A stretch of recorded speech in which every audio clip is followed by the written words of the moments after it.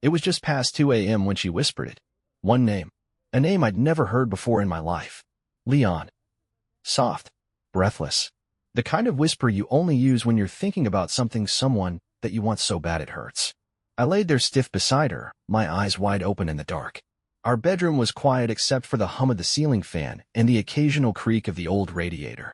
But her voice cut through it like a wire pulled tight, thin and sharp. Leon. It wasn't my name. Not even close. I didn't say anything. I didn't move. I just stared up at the ceiling and let that single word sink into my skin like cold water. I felt it pool around me. Drown me. She rolled over, pulling the comforter tighter around her body. Peaceful. Innocent. Like she hadn't just said something that sliced a hole through the center of my chest. Maybe I misheard. I told myself. Maybe it was a dream word. Something random. But something about it didn't feel random. It felt sacred. Like a name repeated often in secret. A name that meant something she wouldn't dare say when she was awake. It was such a small thing, but it stuck with me. Let me back up. My name's Matt. I'm 41. Been married to my wife, Angela, for going on 16 years. We've got 2 kids, Ellie, 10, and Caleb, 7. We live in upstate New York, just outside Albany. I work in residential construction, mostly mid-tier renovations and commercial space reworks. She's a paralegal at a firm downtown.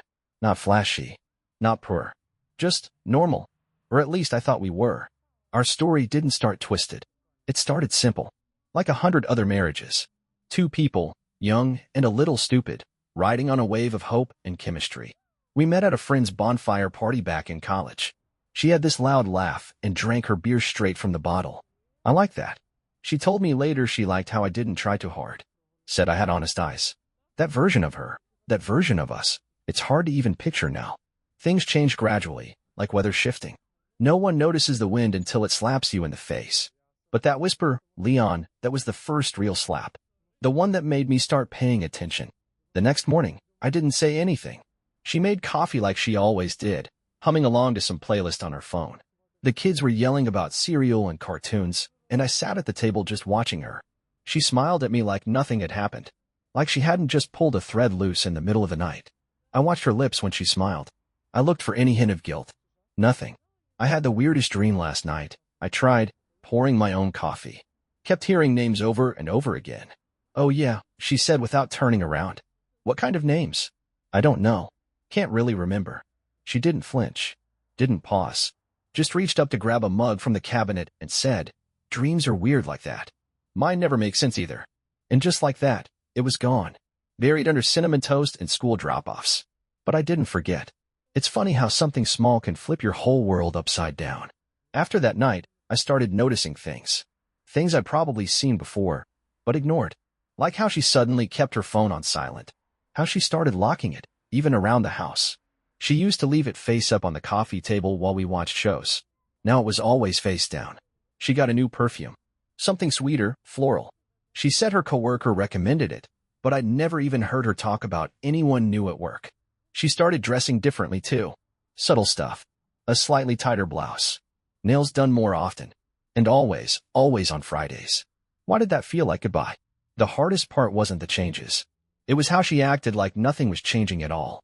Like I was crazy for noticing. I'd ask, what time are you getting off today? And she'd say, same time I always do, babe. But it wasn't. Not anymore.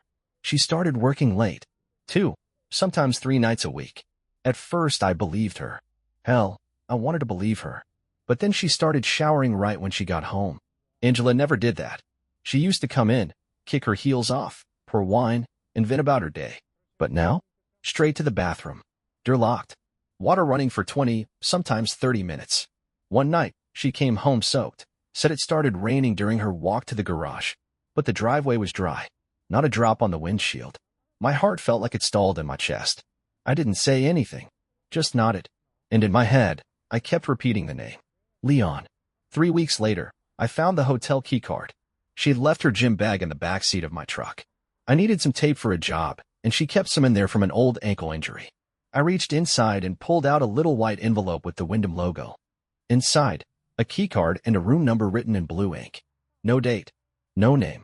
Just 712. I felt like the truck got colder somehow. Like the air had shifted. I checked the gym tag on the bag, the scan log. She hadn't gone in that day. She'd lied. And now I had proof. I didn't say anything that night either. But I took the day off work the next morning and drove to the Wyndham on Route 9. Just to see. Just to be sure. The front desk clerk gave me a polite, glazed-over smile. "How can I help you today?" I held up the card. "Hey, I think my wife left this here. She was staying in 712. I just wanted to return it." He typed for a second, looked up. "That room was checked out 2 days ago." "By who?" "I'm sorry, sir. We can't give out guest names." "Right. Sure." I left the card on the counter and walked out, heart pounding so loud I couldn't hear the traffic. I didn't cry. I didn't even feel angry yet. It was like standing outside your own house watching it burn, but you're too far away to do anything about it. You just stand there and watch. That night, I watched her brush her hair in the mirror, humming to herself like nothing had changed. But everything had. I knew. And somehow, she knew I knew. She looked at me in the mirror, and for a second, I swear I saw something in her eyes. Not guilt. Not fear. It was amusement. Like I was a child trying to play detective, and she was already 10 moves ahead. That was the moment I realized this wasn't some fling. Angela was hiding something, and she was good at it. That's when the weird stuff started happening. The first time, I found the TV on at 3 a.m., volume muted, just static. No one in the room. Then, 3 nights later, all the clocks in the house reset. Not to 12 o'clock. Not to random times. All 3, microwave, oven, wall clock, frozen at 2:13 a.m. That's the same time I heard her whisper Leon. I checked the breaker box. Nothing was tripped. I checked the security system, no entries or exits during that time. But that night, I slept with the hallway light on. It wasn't just the house. The kids started acting strange. Ellie asked me why Mommy was going to sleep at hotels now. "What do you mean, baby?" She told me not to tell you. Said it's our special secret. I felt like someone had dropped a concrete block into my chest. "Ellie, when did she say that?" "Last week. When she took me shopping. She said she had to meet her friend after and not to tell you." I held her hand. "You're not in trouble, okay? You didn't do anything wrong." But in my mind, a new kind of anger started growing. Not the fire-hot kind. No, this was cold. It sat heavy in my bones. She was using our daughter. Involving her. That's when I knew I had to start planning. No more doubts. No more hoping it wasn't what it looked like. Angela was cheating. And whatever she was hiding, it was worse than I thought. You know what's weird?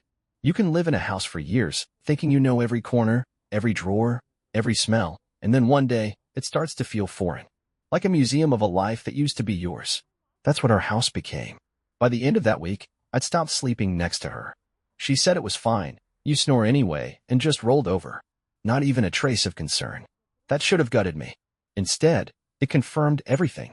Angela had already left me, emotionally, mentally, maybe even physically, long before I heard that name in her sleep. I started checking her phone when she showered. I know, invasion of privacy. But at that point, privacy was the least of my worries. I'd never done anything like that in our marriage. I used to be proud of how much I trusted her. I thought that's what real love was. But real love shouldn't make you feel crazy. And lately, that's all I felt. So one night, when the water was running and she'd left her phone on the bathroom counter, I slid in quietly and picked it up. My hands were shaking.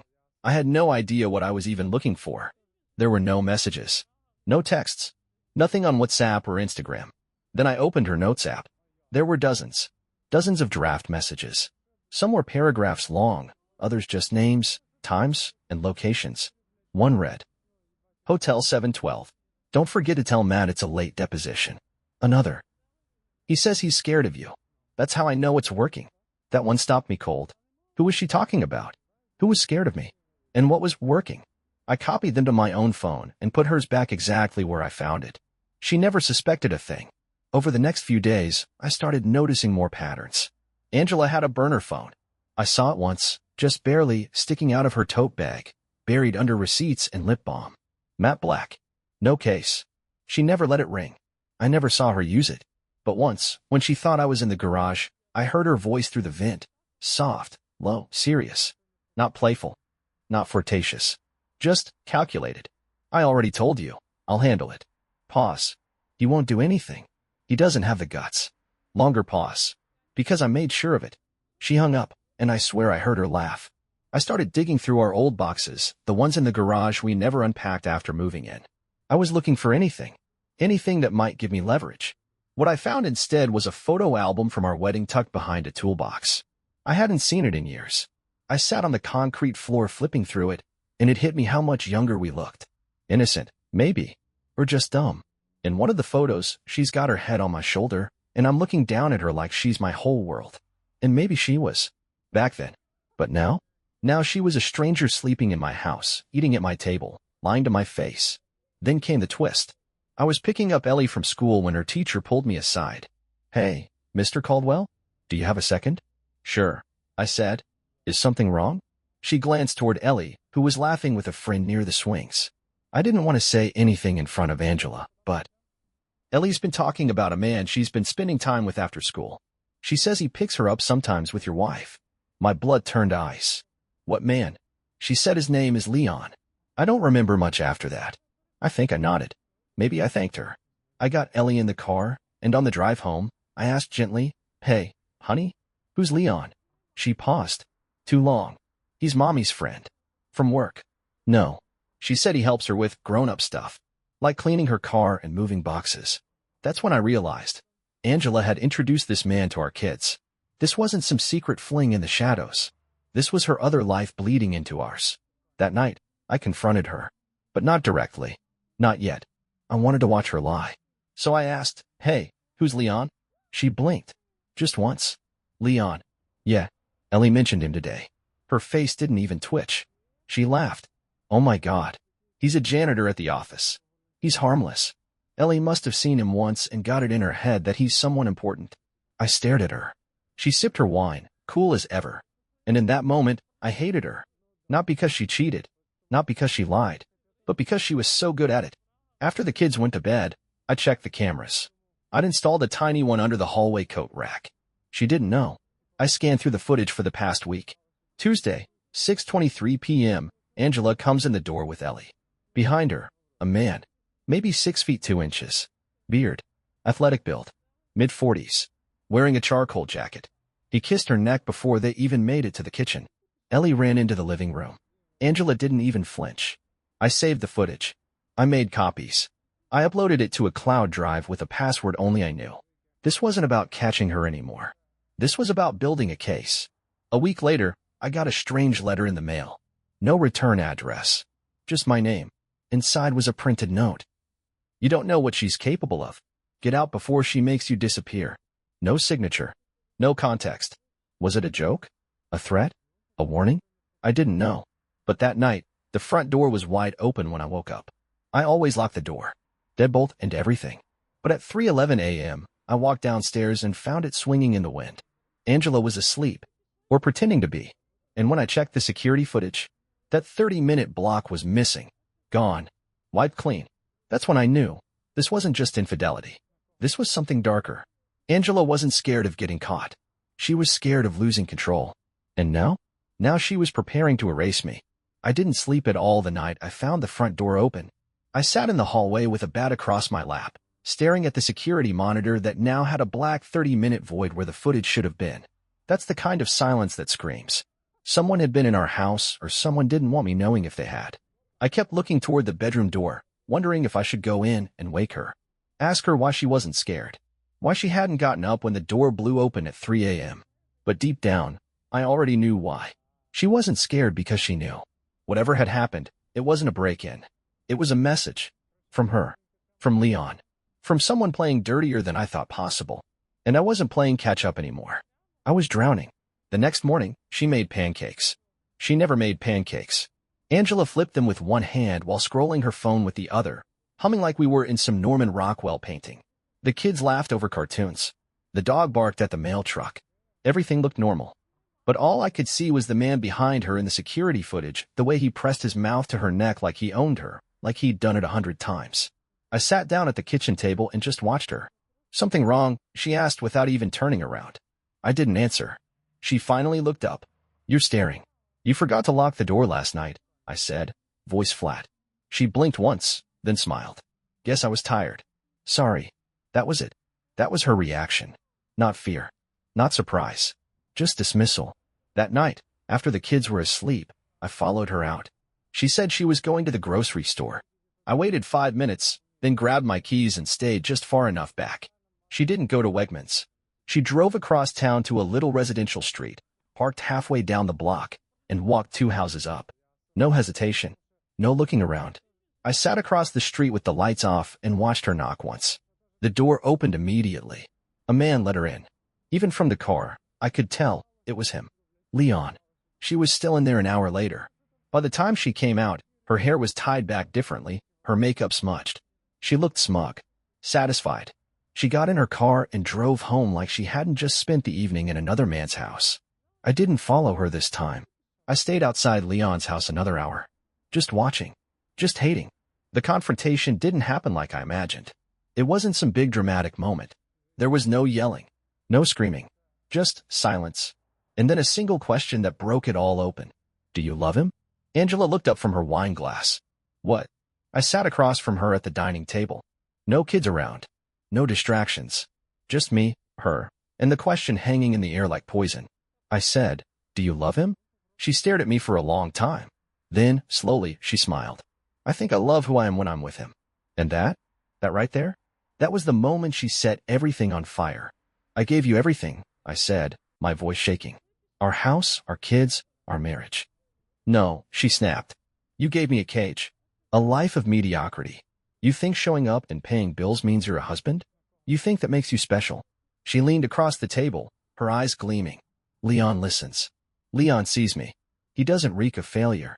He doesn't beg for affection like some sad, tired animal. I could feel something inside me snap, not anger, not grief. Something colder. You've been bringing him around our kids, I said. That's beyond selfish. That's sick. She tilted her head. You think I care what you think anymore? You have no idea how deep this goes, Matt. You're just now figuring it out? Pathetic.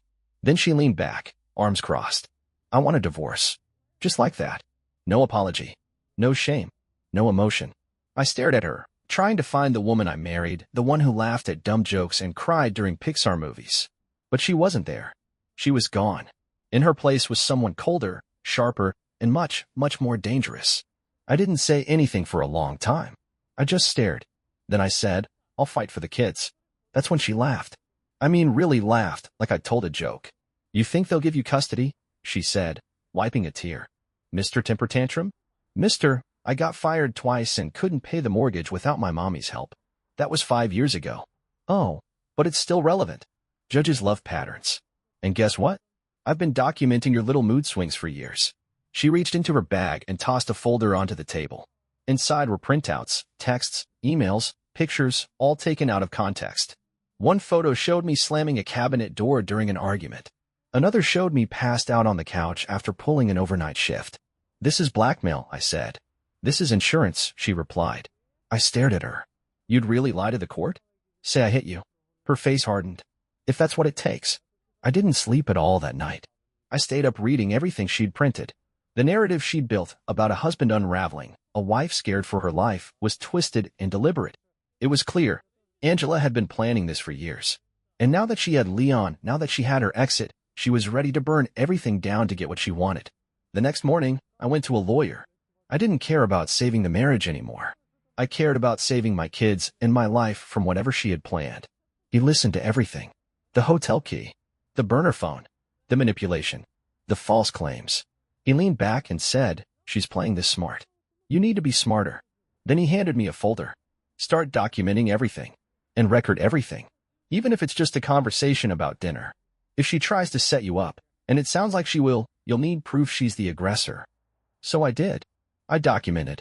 I recorded. I backed up everything to multiple locations. And then, I played my trump card.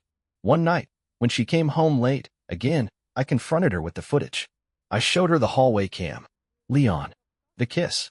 I showed her the text logs she thought she deleted. I showed her the recorded conversation from the night before, where she threatened to lie in court. She didn't flinch. She looked at me, dead in the eyes, and said, no judge will believe you. I'm the victim here. I'll cry on the stand. I'll tell them you hit me. And the kids will back me up, because they know who pays for their soccer and dance lessons. I stepped closer. You're playing with fire. She smirked. Then I guess we'll see who gets burned. That night, I found a note on the fridge in my handwriting. Except I didn't write it. It said, don't trust her. I stood there staring at it for what felt like forever. Angela was asleep upstairs. The kids were out cold. The doors were locked. The security system armed. But that note was real. And I didn't remember writing it. Something was shifting in me. The part of me that tried to reason with her, the part that begged, pleaded, loved, that part was dead now. All that was left was a man with nothing to lose and a quiet, focused rage building by the hour. She thought she could destroy me in court. She thought she could manipulate our kids, erase my reputation, and waltz off into the sunset with Leon like she'd won some game. But she underestimated one thing. I wasn't afraid anymore. There's a moment, right before you decide to destroy someone, where everything feels quiet. Not peaceful, not calm, just quiet, like the air itself is holding its breath. That's how I felt sitting in the parking lot outside Angela's law office. Watching. Waiting. In my lap was a flash drive. On it? Everything. The hallway footage. The GPS logs from her burner phone. Copies of her draft notes where she mapped out fake accusations against me. And audio, lots of audio, including that little gem from 2 nights ago. If I have to lie to the court, I will. I'll cry. I'll say he hit me. He'll lose everything. Then I get the house, the kids, and Leon gets to come over whenever he wants. That was the moment I stopped being afraid of her. That was the moment I became someone else entirely. I didn't go to the cops. Cops take time. Lawyers bleed you dry. No, I needed something faster, dirtier, something she couldn't scrub clean. So I sent the drive, anonymously, to the managing partner at her firm. They were a clean-cut, no scandal type place. Big on community outreach. Big on image. The second they saw her threatening to fake abuse claims, use her position to manipulate legal documents, and bring her affair partner into the office during work hours, she was done. They didn't fire her right away. First, they suspended her. Internal review. But that was all I needed. I just needed the cracks to start. And once they started, I pried them open wide. Next step was Leon. I didn't want to just confront him. That's what she'd expect, 2 men fighting over her like idiots. No, I wanted to hollow him out from the inside. So I found his wife. Didn't know he was married, did you? Neither did Angela. Turns out Leon had his own little double life going. Corporate job. Mortgage. Twin boys in private school. A whole family in Westchester she had no idea about. I sent his wife the footage. The texts. The screenshots. She filed for separation that same week. And just like that, Angela's night in shining armor turned into a walking disaster. She still didn't know I was behind any of it. That was the best part. Watching her life collapse, piece by piece, while she smiled across the dinner table and said things like, "Everything's fine." But it wasn't fine. Her firm cut her loose. Leon ghosted her. Her car got keyed, probably by his wife. Her credit card got declined in front of Ellie at the mall. And every time something went wrong, I was there to smile and say, "Bad luck lately, huh?" Then came the night she lost control. I came home late, deliberately, to find the living room trashed. She was pacing in circles, mascara smudged, wine glass shattered on the floor. "You did this," she hissed the moment I walked in. "Did what?" I said calmly, setting my keys down. She stormed toward me. "You ruined everything. My job, my reputation, Leon." "Oh, so you admit it now?" She stopped, blinked. That cold mask of hers cracked. "You think this is over?" She spat. "You think you've won?" I stepped closer, voice low. "I think you're scared. I think you're alone. And I think you're finally feeling a fraction of what you put me through." Her voice went dead quiet. "You think I haven't planned for this?" She leaned in, just inches from my face. "I always plan ahead, Matt. I always leave something behind." I didn't understand what she meant. Not right away. But the next morning, I did. I was brushing my teeth when I noticed a weird rash forming on my side. Just a patch. Faint red lines, almost like scratches. I figured I'd slept weird. Maybe the laundry detergent. But it got worse. By the end of the week, it had spread across my ribs. Then to my neck. No itching. No burning. Just wrong. I went to urgent care. They did blood work. The nurse came back with a face like she'd seen a ghost. "Your white count is extremely elevated," she said. "Your immune system's going haywire. Have you traveled recently? Been exposed to anything toxic? Any unprotected activity outside your relationship?" I just shook my head. They ran more tests. Sent me to a specialist. A week later, I got a call. "We need you to come in," the doctor said. "Today." I sat in the sterile white room while the doctor clicked through charts on his monitor. "This isn't something we see often," he began, tapping the screen. "You've been exposed to a substance, possibly synthetic, that's altering your immune response. We don't have a name for it yet." "What are you saying?" I asked. He looked at me carefully. It may have been administered without your knowledge. It mimics an autoimmune disorder, but there are markers suggesting tampering. This wasn't natural. I just stared at him. Tampering? Then I remembered something. A month ago, Angela handed me a smoothie after the gym. Said she made it herself. It tasted off. Chalky. Bitter. She laughed and said she put in too much protein powder. But what if it wasn't protein? What if that was her leaving something behind? I confronted her that night. Held up the test results. Threw them on the table. What did you give me? She barely even looked up. Funny how you think I owe you answers, she said. My jaw tightened. This is sick, Angela. She shrugged. So call the cops. Tell them your crazy wife drugged you with something she doesn't have a name for. Let me know how that works out. I couldn't believe it. You're willing to poison the father of your kids just to keep your lies alive? She smiled, slow and cold. You stopped being their father the day you started spying on me. I stared at her in disbelief. She turned and walked away. And that's when I made my final decision. The next morning, I filed for full custody. I handed my lawyer every file, every tape, every message. I gave him the toxicology reports, the timestamps, the doctor's notes. Angela had thought she was 5 steps ahead, but she'd made one mistake. She underestimated what I'd become. I left the house that night, took the kids and stayed with my brother out in Scroon Lake. Angela tried calling, over and over. Then came the texts. You'll regret this. You'll never see them again. I'll say you forced me to take pills. I'll say you broke into my phone. I'll say anything. I didn't answer. The silence drove her insane. She tried to show up at my brother's house once. He called the cops before she got to the porch. Then she tried the school, but I'd already transferred the kids. She had no idea where we were. She was unraveling fast. Friends stopped answering. Her family found out she'd stolen money from her mother's account, nearly $14,000, to pay off Leon's gambling debt. Another secret she thought she buried. Everything came out. Everything. And just like that, Angela Caldwell, the master manipulator, the woman who used to control every piece on the board, was checkmated by the man she thought was too weak to fight back. But even then, it wasn't over. A month later, I got a call from the clinic. We've isolated what was in your system, the doctors said. It's experimental, not FDA approved. We're working with toxicologists now. It's similar to an immune suppressant, but there's something else. What do you mean? There was a pause. We think it was designed to keep you tired, mentally fogged, passive, like you were constantly one step behind. I didn't respond. The doctor cleared his throat. It's not permanent. Your levels are stabilizing. But whatever she gave you, it was meant to control, not kill. I hung up and sat in silence for a long, long time. She wanted to keep me sick. She wanted to keep me confused. So I'd never catch her. So I'd never leave. So she'd always win. But she didn't win. I did. And she'll never see it coming.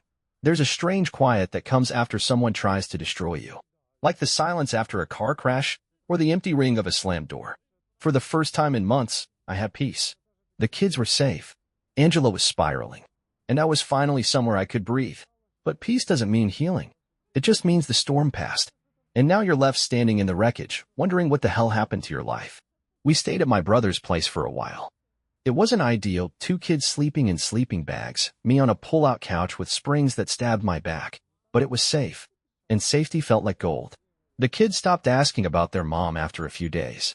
I think they could feel the shift. Kids know more than they let on. Ellie drew a picture one afternoon. It was our house, but something was off. There were bars on the windows. And in the corner, behind a tree, a figure with red eyes. Just standing there. I asked who it was. She shrugged. Mommy said it's the Watcher. I didn't know what to say to that. A week later, I got an email from Angela's sister. Subject line. You need to see this. Inside was a link to a Dropbox folder. No message. I clicked it. Inside were dozens of files, scanned journal pages, emails, voicemails. All from Angela. All years old.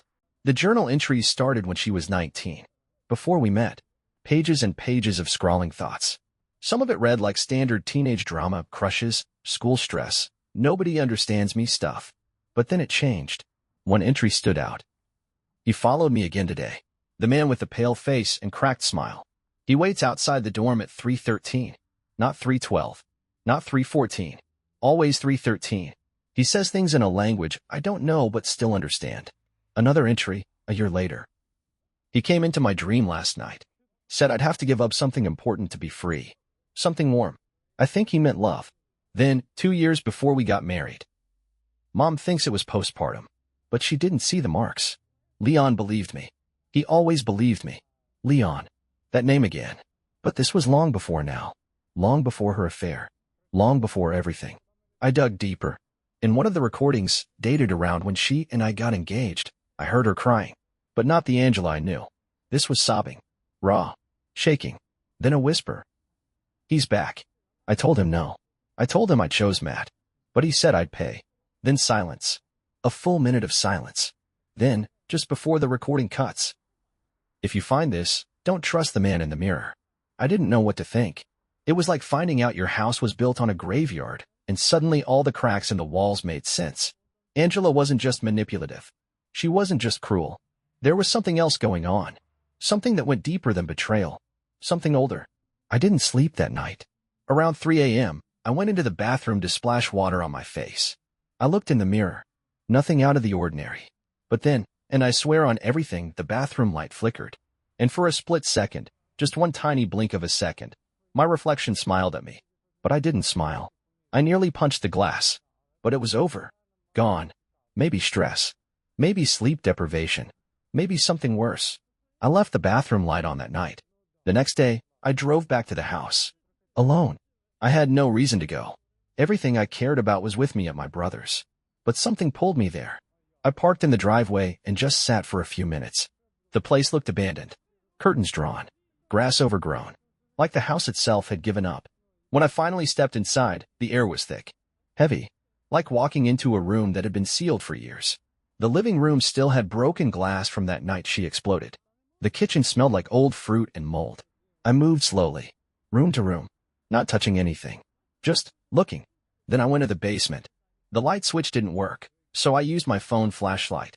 As I stepped down the stairs, I felt this chill crawl up my spine, not from cold.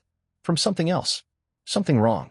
The basement was cluttered, old boxes, seasonal decorations, kids' crafts from years ago. Then I saw it, tucked behind the water heater. A black truck. The kind you only see in horror movies or military bunkers. I dragged it out, coughing from the dust. It wasn't locked. The latch clicked open easy. Inside were files. Not legal papers. Not old tax forms. Files about me. Photos. Receipts. Notes. A copy of my resume from 2014. A printout of every email I'd ever sent from my work account. Old credit reports. Text logs. Social media screenshots. Angela had been tracking everything for over a decade. But why? Why keep a file on the man you married? Then I found the last folder. Inside were 2 photos. One of me, asleep. Dated 2 years ago. Taken from the foot of our bed. The other, and this one froze my blood, was of the kids. Ellie and Caleb. In the bathtub. Laughing. But someone was standing behind them in the mirror. Not Angela. Not me. Someone tall. Shadowed. Smiling with too many teeth. My hand shook so hard the photo nearly slipped from my fingers. Scrawled on the back in red ink were the words. He's part of us now. I burned the photos. Every last one. I dragged the trunk out into the backyard, dumped gasoline over it, and lit it up. The flames rose fast. Hungry. As they burned, I swear I heard something. A sound like breathing, deep and slow, coming from behind me. I turned. Nothing. Just the house. Silent. Watching. Back at my brother's, I sat outside that night under the stars. I should have felt strong. Victorious. I'd taken her down. Protected the kids. Reclaimed my life. But instead, all I felt was hollow. Because now I wasn't just angry. I was scared. Not of her. Of what came with her. Of what I let into our home. The next morning, I saw something etched into the bathroom mirror. She's not finished. I tried to scrub it. It wouldn't come off. I replaced the mirror. The next day, the words were back. I knew then that I was standing at a crossroads. I could move forward. Start over. Pretend none of this ever happened. Fake smiles. Force healing. Lie to the kids. Live a normal life. Or, I could finish it. Not just legally. Not just emotionally. Completely. But to do that, I had to go deeper. Into her past. Into her mind. I had to find out who the man in the mirror was. Because if I didn't, I knew one day I'd look at my reflection and see his smile. And that's when it'd all be over. It was a Tuesday when she tried to kill me again. I remember because I had just picked up Ellie from dance class, and Caleb had spilled juice all over the back seat, laughing like he hadn't just caused a sticky apocalypse. For a moment, I forgot everything. Forgot the recordings. The betrayal. The burned trunk. The thing in the mirror. I was just a tired dad, listening to 80s soft rock with two kids who still thought I hung the moon. That moment didn't last long. When we pulled into my brother's driveway, there was a package on the doorstep. No return address. Just my name in bold, block letters. Inside, a Tupperware container. Banana bread. My favorite. And a note. Thought you could use something sweet. No hard feelings. I stared at the container for a long time. I wasn't dumb. I wasn't naive.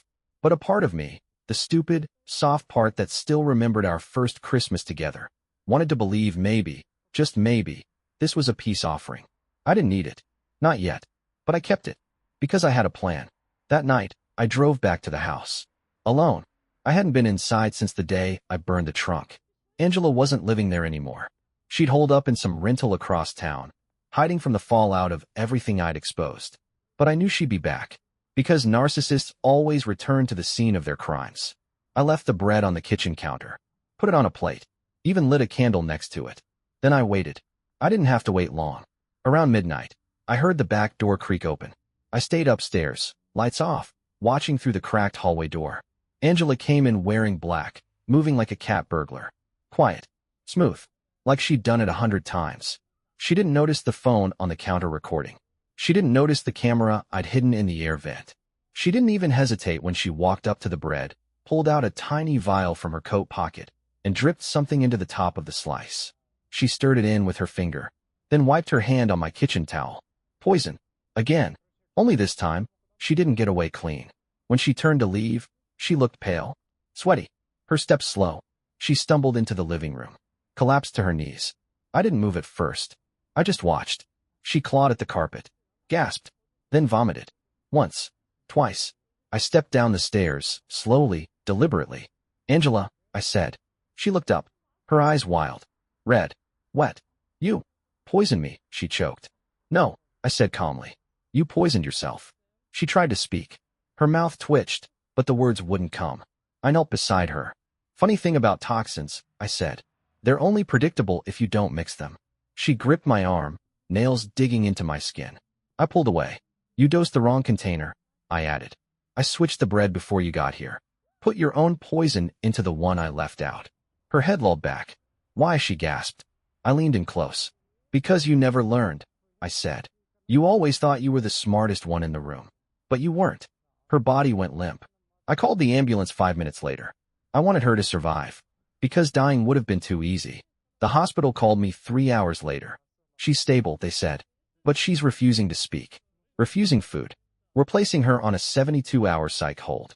I thanked them, then hung up, and sat there in the silence of our burned-out house, looking at the dark mirror across the room. No smile this time. Just my face. Tired, but free.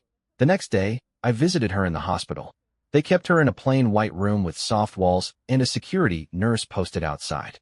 She looked at me through the glass like I was a ghost. Her face was swollen, her voice scratchy. But her eyes, those sharp, calculating eyes, were still alive. Why are you here? She rasped. I stepped closer, held up a USB drive. This, I said, is going to the judge. You think they'll believe you? She laughed, though it cracked midway. They already do. She stared at me, trembling.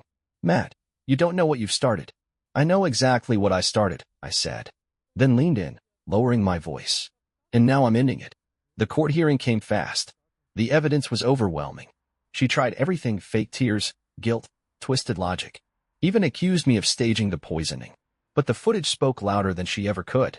The judge granted me full custody, restraining order, mental health evaluation. And Angela? She walked out of that courtroom in cuffs. Not for poisoning. For fraud.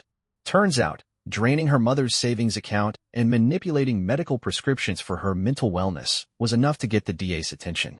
The day I packed the last box from the house, I found something wedged behind our bedroom dresser. A photo. Angela, aged maybe 17, standing in front of a mirror. But her reflection? It was smiling too wide again. Too many teeth. And behind her, scrawled in lipstick across the glass. The warm thing has been taken. That night, I set the house on fire. I didn't call anyone. I didn't feel bad. The fire marshal ruled it an electrical fault. But I know better. That house, that memory, needed to burn. And now? Now I live in a small rental with the kids. It's quiet, peaceful, normal. Most nights, I read. The kids fall asleep listening to audiobooks. We laugh more, cry less. I'm still on meds. Still seeing someone about the paranoia, about the mirror, but I don't see him anymore. Not in reflections, not in dreams. It's like he was bound to her. And when she fell apart, he vanished. Sometimes I think about her, about the girl she used to be, the one who wanted to be loved, but didn't know how to stay honest enough to deserve it. And I think about how close I came to being erased. But I'm still here. She's the one who drank her own poison. I thought it was over. After the court hearings, after the restraining order, after I burned the house down and watched the last pieces of our old life collapse into ash, I thought that was the end. But I was wrong. Because people like Angela don't go away. They fester. They wait. And they infect. It started with a letter. Ellie brought it home from school. Said one of the office ladies gave it to her. No envelope. Just folded paper with her name on the front, written in Angela's handwriting. Inside? Ellie, you're the only one I can trust. Daddy is sick, but he doesn't know it. If you love Mommy, help me make him better. Just a sprinkle in his coffee. That's all it takes. Do it for me, baby girl. Do it for Mom. Taped to the back was a tiny plastic bag, filled with white powder. I don't remember how long I stood there staring at it. Maybe minutes. Maybe an hour. The world just vanished. Ellie was sitting on the couch, coloring. Caleb humming some cartoon theme. The dog barking at birds outside. All of it background noise behind the roar building in my head. She tried to use our daughter to finish the job. I called my lawyer first. Then the police. The powder was tested. Toxic. A synthetic neuroagent. Small dosage, slow reacting, hard to trace. A perfect poison. One sprinkle at a time. And she handed it to a 10-year-old girl with a letter that said, "Do it for Mom." Angela had mailed it from inside the psychiatric facility. Smuggled it out using a corrupt nurse. Promised him $5,000 wired through a dummy Venmo account. The police got to him first. He confessed everything. And Angela? She smiled in the courtroom like it was all a game. Like she just tested me one final time and couldn't help but admire the fact that I passed. She was sentenced to a secure mental health facility indefinite hold. No possibility of release without psychological clearance. In other words, she'll never see sunlight again. But the damage? That doesn't just vanish. Ellie stopped talking for a week. When I asked what was wrong, she finally whispered, "I thought Mommy missed me." It broke something in me. Something I didn't know could still break. We started therapy, all of us. Weekly sessions. Long car rides filled with questions I didn't always have the answers to. Why did Mommy want to hurt you? Was I bad? Is she a monster? The hardest one came from Caleb. If Mommy's sick, does that mean I'll get sick too? There's no chapter in the parenting manual for that. No guidebook for untying that kind of knot in a child's heart. So I just held them. Every day. Every night. I held them like they were all I had left. Because they were. Months passed. The seasons changed. The panic faded, not all at once, but in slow waves. The nightmares came less often. The silence between questions stretched longer. The house began to feel like a home again. The scars didn't vanish, but they stopped bleeding. And slowly, we started to live. One night, long after the kids had gone to sleep, I sat on the back porch with a glass of water and the journal I'd been writing in since the beginning of all this. I flipped through the pages, entries from the first suspicions to the confrontation, the poisoning, the court battle, the hospital. The last page was still blank. I picked up the pen and wrote. She lost, but it doesn't feel like I won. Then below that, I don't want revenge anymore. I want peace. And that starts with not letting her live in my head rent-free. I closed the journal and stared at the trees swaying in the dark. And that's when I saw it. Just for a second. In the window, a reflection that didn't match mine. Not smiling. Not sinister. Just watching. Then it was gone. I didn't flinch. I didn't panic. I just sat there and breathed. Because I wasn't afraid of her anymore. Or the thing that came with her. Or what it left behind. You don't survive something like this by pretending it never happened. You survive by remembering. By telling the truth. By letting the scars speak, instead of hiding them. So here's the truth. She tried to kill me. Twice. She used our children. Manipulated everyone. Played victim until the very end. But in the end, she failed. And I lived. Not because I was stronger. Not because I was smarter. But because I didn't give up. So if you're listening to this, and you're stuck in a story that feels like it's tearing you apart, I need you to know something. There is a way out. But it won't be clean. And it won't be quick. You'll lose parts of yourself. But if you fight smart, if you hold on to the part of you that still believes in truth, you'll survive. And one day, you'll stand in front of a mirror. And it'll just be you looking back. Not them. Not the lies. Just you. Still here. Still breathing. Still free.